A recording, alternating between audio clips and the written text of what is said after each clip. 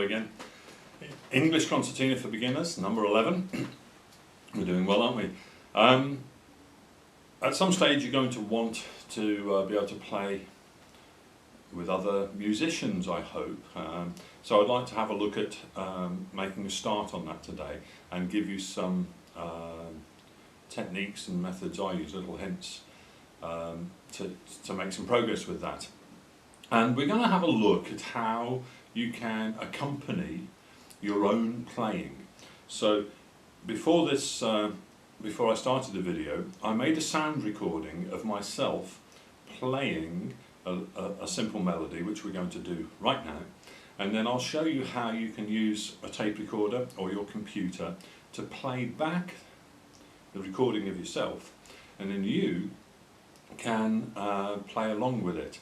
But you might say, well, why is that different to what we've been doing before? Well, before you've been playing along with me, and we've both been playing the melody at the same time.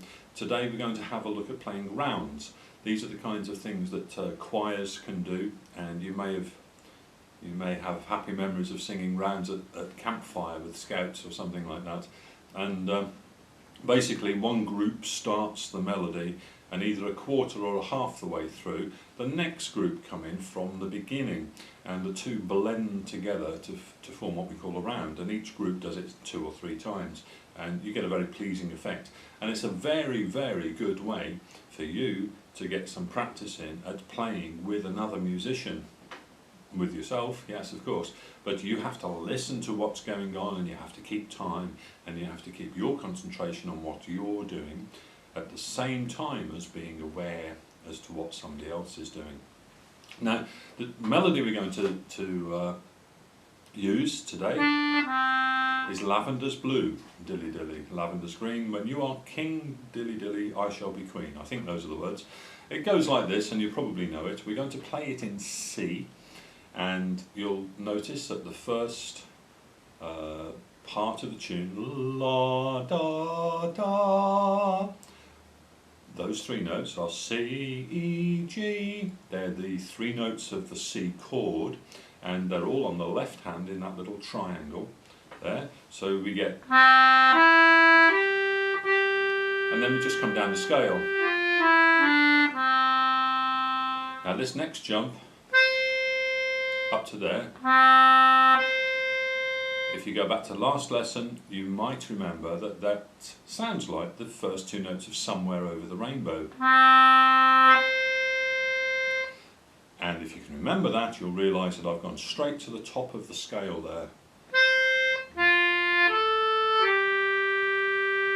And what I actually played there was the F chord over here on the right hand end of the box. So you're playing the 3 notes of the F chord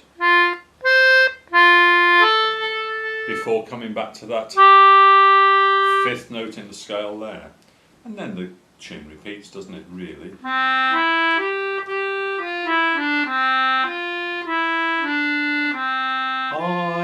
3 blind mice at the end there.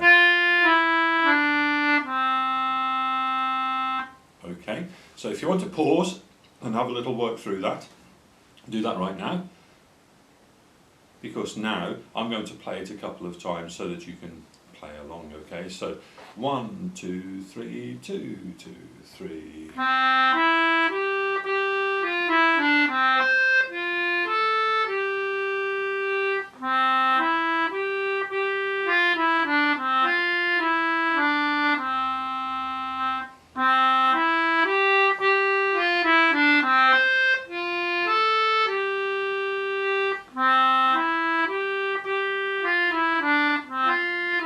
One more time.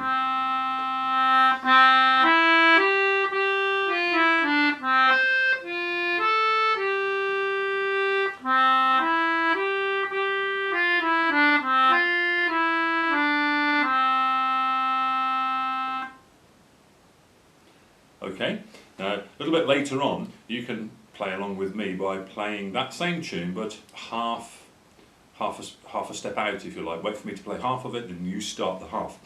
If you're going to do this with melodies of your own, you need to make a recording first, either into a tape recorder or your computer.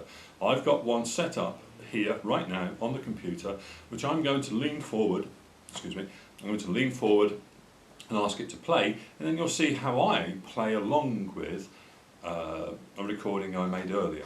Okay, so here we go. So I'm just about to hit.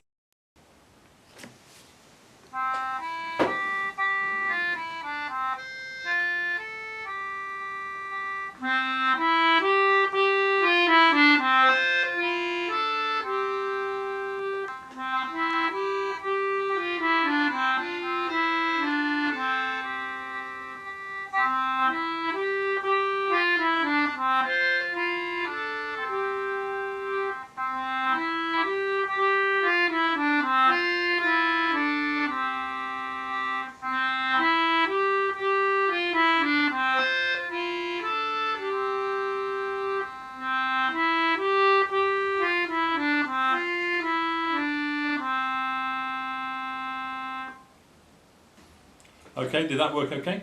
Now, I've also got a little bit of software on my machine which will drop the octave of my recording, so I can play it back at an octave lower. Let's see how that sounds.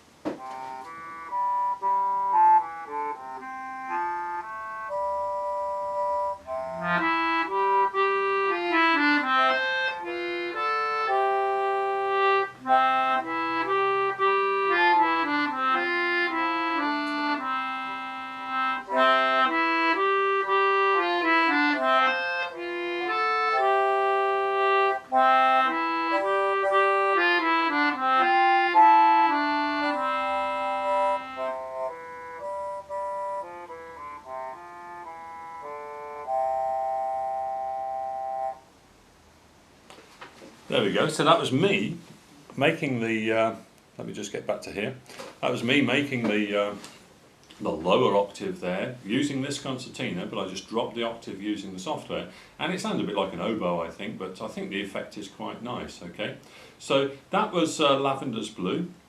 I'm going to just pause the video a moment and set up another tune.